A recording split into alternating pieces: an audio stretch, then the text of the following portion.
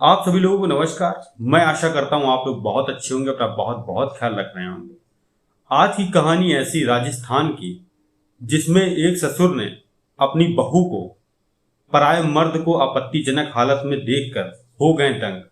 उसके बाद उन्होंने बाहर से छिटकनी लगा के ऐसी वारदात को दिया अंजाम, जिससे पूरे राजस्थान में मच गया हड़कंप।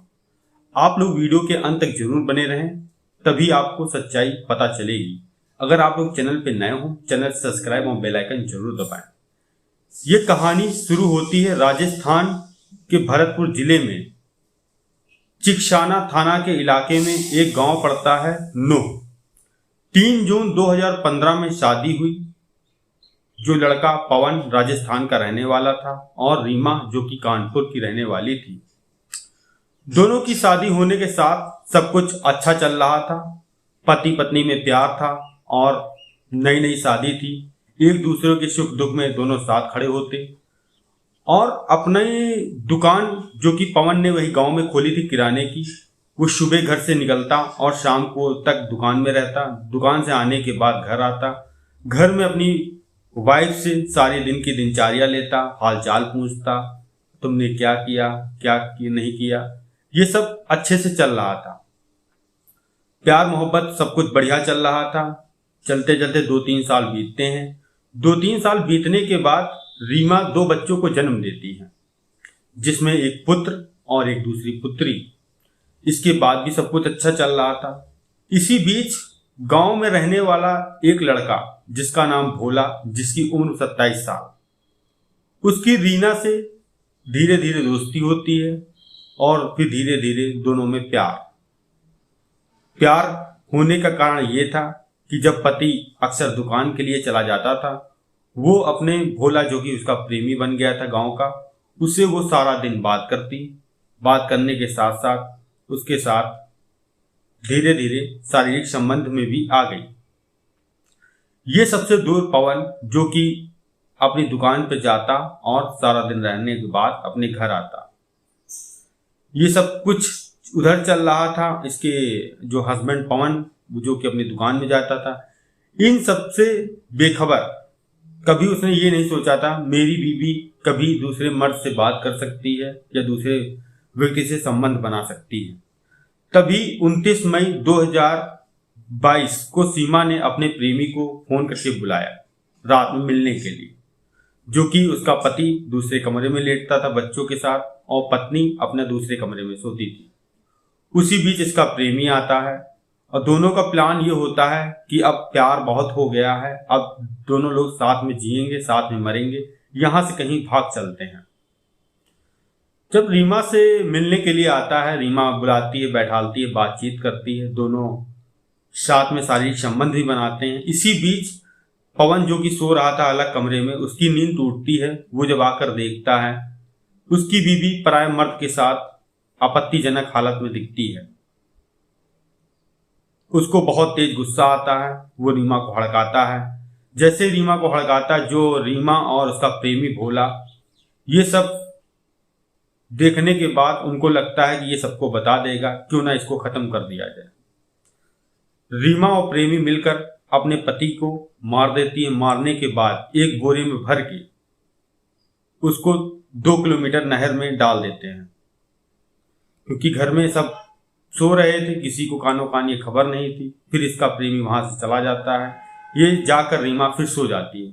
सोने के बाद ये एक नया नाटक खड़ा करती है कि रात में मेरे आदमी पवन आए नहीं है, जो कि इसके ससुर थे और पवन के पिता, उनसे बोलती है। वो भी ये सब चीजें बाद में गांव में पता करवाते हैं, कहीं पवन कहीं गांव में किसी से मिलने गया हो या किसी के घर रुक गया हो या अपने रिश्तेदारी में कहीं चला गया हो बिना बताए। ये सब होने के बावजूद फिर तारीख आती है 4 जून। 4 जून को इनके पिता पवन के चिकशाना थाने में एफआईआर अपने बेटे की दर्ज कराते हैं। दर्ज कराने के बाद पुलिस तहकीकात करने के लिए गांव पहुंचती है।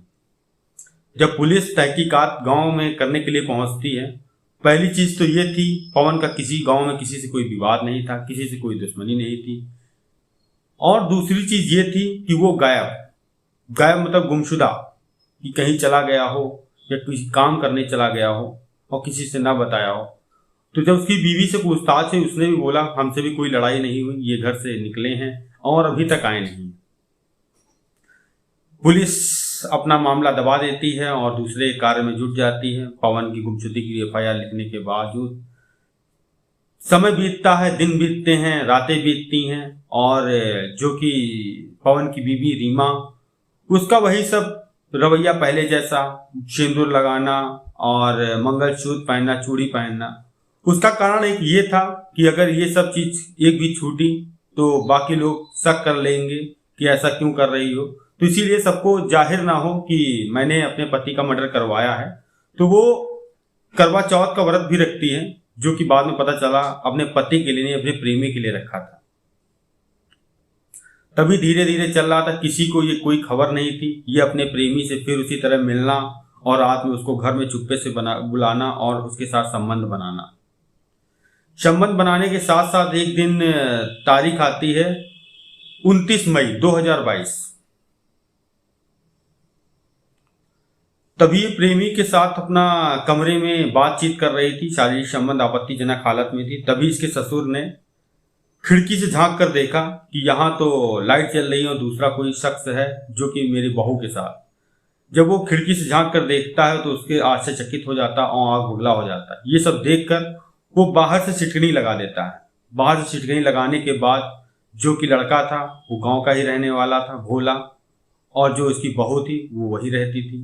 तो ये बात पूरे गांव में आग की तरफ फैल जाती है और फैलने के बाद जो भोला के परिवार वाले उसके घर आते हैं। घर आने के बाद उसके पिता से, पवन के पिता से मारपीट करते हैं और खड़ी खोटी सुनाते हैं। उसके बाद अपने पुत्र को लेके वहां से चले जाते हैं। वही सब जाने के बाद फिर 28 अक्टूबर को पवन के घर वाले अपनी बहू को उसके घर कानपुर भेज देते हैं कि यहाँ पे बदनामी थोड़ी हो गई, अपने घर चली जाओ, और डांट फटकार के।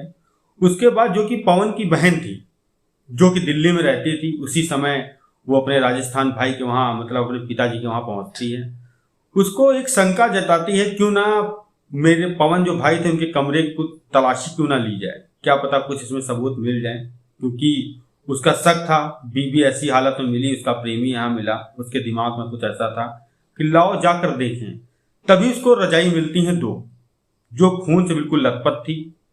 लथपथ होने के कारण जब इसके पति का मर्डर किया गया तो उसी ने वहां पे पहुंच के छुपा के अलमारी में रख दी थी।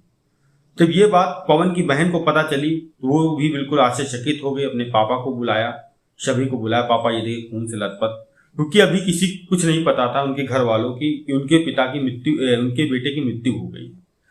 यही सब जानकारी जो पुलिस को देते हैं। पुलिस अपने स्तर से छानबीन करती है। छानबीन करने के बाद पता चलता है जो भोला, पहले तो भोला को रिमांड पे उठाते हैं। उठाने के बावजूद जब कड़ाई से पूछताछ करते हैं तो पहले तो वो इधर उधर बलगाने की कोशिश करता है, झूठ बोलता है।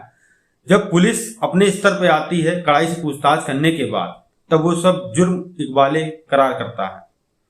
बताता है उस दिन हमारा रीमा का भागने का प्लान था और हम लोग आपत्तिजनक हालत में देखकर इसके पति जो कि पवन ये बौखला गया, तो मैंने सोचा क्यों ना उसको रास्ते से हटा दिया जाए। तभी से मैंने रास्ते का हटाने का प्लान बनाया और इसको मार दिया। और जिसका रीमा का, उसका भी पूरा योगदान था इस मर्डर में, जिसमें पुलिस ने फिर दोनों को हिरासत में लेके दोनों को जेल भेज दिया। यही थी कहानी राजस्थान पवन और रीमा की। आई होप आप लोगों को अगर कहानी अच्छी लगी हो, चैनल पे जाके सब्सक्राइब, बेल आइकन जरूर। मिलते हैं नेक्स्ट वीडियो में। जय हिंद, जय भारत।